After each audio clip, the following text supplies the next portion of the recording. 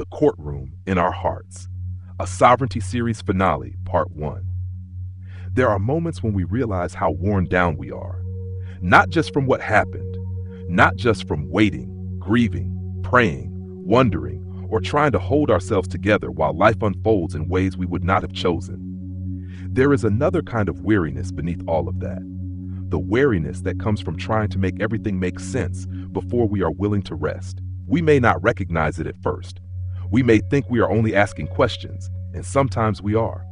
We may think we are only trying to understand, and there is nothing wrong with bringing our confusion before God. Scripture gives us room to cry out, to lament, to ask, to seek, to knock. But somewhere along the way, if we are not careful, the question can begin to change. It stops being, "Lord, help me understand," and slowly becomes, "Lord, explain yourself." And when that happens, something begins to shift inside us. We are no longer only hurting. We are no longer only confused. We have begun carrying a courtroom in our hearts. God is summoned there again and again. His actions are questioned. His inactions are questioned. His timing is questioned. His silence is questioned. And without saying it that way, we begin waiting for him to give an account before we fully trust him again. That kind of posture wears us down, and maybe that is part of what this whole journey has been exposing in us. We have wrestled with the quiet belief that control was somehow shared. We have faced the disappointment of following Jesus and finding that the path did not look like what we thought we signed up for. We have felt the sting of what did not seem fair. We have strained beneath the ache of not understanding.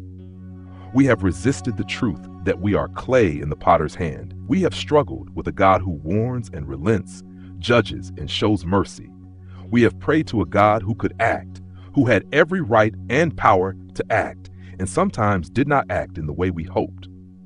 And through all of it, perhaps the deeper question was never only, what is God doing? Perhaps the deeper question was, will we trust him as God when we do not get to stand over what he is doing? Scripture speaks directly into this place, not by giving us control, and not by promising that every answer will be handed to us in this life, but by calling us back to the only posture that can hold us when understanding cannot. Trust in the Lord with all your heart, and do not lean on your own understanding. Proverbs chapter 3, verse 5. That verse is easy to quote when life is steady. It becomes something else when our understanding is the very thing we are leaning on to survive. Because when life does not make sense, our instinct is to press harder into our understanding, not less. We replay. We examine, we search for the missing piece. We try to trace the line between what God allowed and what God intended, between what we prayed and what unfolded, between what we believe about his goodness and what we are experiencing in front of us. And sometimes we tell ourselves that once we understand, then we will trust. Once we see the reason, then we will rest. Once the pieces come together, then we will let go. But trust that waits for understanding is still leaning on understanding. It may be patient, it may be sincere, it may even sound spiritual, but it is not yet the rest God is inviting us into. It is still asking explanation to do what only God himself can do. That is why the next line matters. In all your ways acknowledge him, and he will make straight your paths. Proverbs chapter 3, verse 6. Not understand him in all your ways, not explain him in all your ways, not approve what he is doing in all your ways. Acknowledge him, recognize him, see him rightly. Bring every road, every fear, every disappointment, every unanswered question, and every ache that refuses to settle under the reality of who he is. Job had to learn this in the ashes. That is what makes his story so fitting for this moment in our journey. Job did not suffer because he had abandoned God. Scripture introduces him as blameless and upright, a man who feared God and turned away from evil. When everything was stripped from him, he did not immediately curse God. He worshiped. Then Job arose and tore his robe and shaved his head and fell on the ground and worshiped. Job chapter 1, verse 20. And then he said words that still humble us.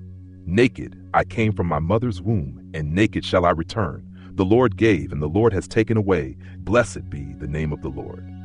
Job chapter 1, verse 21. There is deep sovereignty in that response. Job knew God had the right to give. Job knew God had the right to take away. Job knew that blessing did not place God in our debt, and loss did not remove God from the throne. And yet, as the suffering continued, as the silence stretched, as his friends accused him, as his body ached and his grief sat heavy on him, the desire for an answer grew. We understand that. We should be careful before we judge him too quickly, because pain has a way of pressing questions out of us we did not know were there. At first, Job wanted to appeal. He wanted to understand. He wanted to bring his case before God. But over time, that desire for understanding became something stronger. Oh, that I had one to hear me. Here is my signature. Let the Almighty answer me. Oh, that I had the indictment written by my adversary. Job chapter 31, verse 35. Let the Almighty answer me. That is the line where the ache of suffering begins to reach toward the position of judgment. Job is not merely asking anymore. He is calling God to respond. He wants the indictment. He wants the explanation.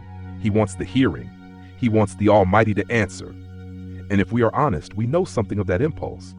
Maybe we have not said it with Job's words, but we have felt it when the prayer was not answered the way we begged for it to be answered. When something happened that seemed needless, cruel, unfair, or impossible to reconcile. When God was silent and the silence felt heavier than the pain itself. We have felt the quiet rise of that inner demand. Lord, how can this be right? How can this be good? How can you allow this and not tell me why? That is the courtroom in our hearts. It is the place where our pain begins presenting evidence against God. It is the place where our disappointment begins cross-examining his goodness. It is the place where his silence is treated as negligence, his timing as failure, and his refusal to act the way we hoped as something he must defend. And that courtroom can feel righteous to us because the wound is real. The grief is real. The confusion is real. The question is real, but the courtroom is still the wrong place for us to stand. Because putting God on trial does not change his sovereignty. It only exhausts our souls under it. It does not make us safer. It does not make us wiser. It does not give us control. It only keeps us living in resistance to the one who cannot be overruled, cannot be corrected, cannot be judged by us, and cannot be made to answer as though he stands beneath our understanding. Fighting God does not make him less sovereign. It only makes us less at rest. And maybe that is where we need to pause today. Not with everything resolved, not with every question settled, not by pretending that the wound does not hurt or that the silence has been easy, but by becoming willing to see what has been happening inside us, willing to recognize where our questions have started turning into accusations, willing to notice where our desire for understanding has quietly become a demand for God to explain himself. Because the first step toward letting go is often seeing what we are still holding. As we sit with this today, we take a moment to reflect on where we may still be carrying a courtroom in our hearts. Where have we been waiting for God to make his sovereignty make sense before we rest in him?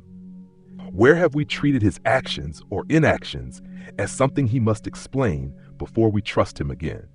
And where might he be inviting us to stop standing over him and begin remembering our place before him?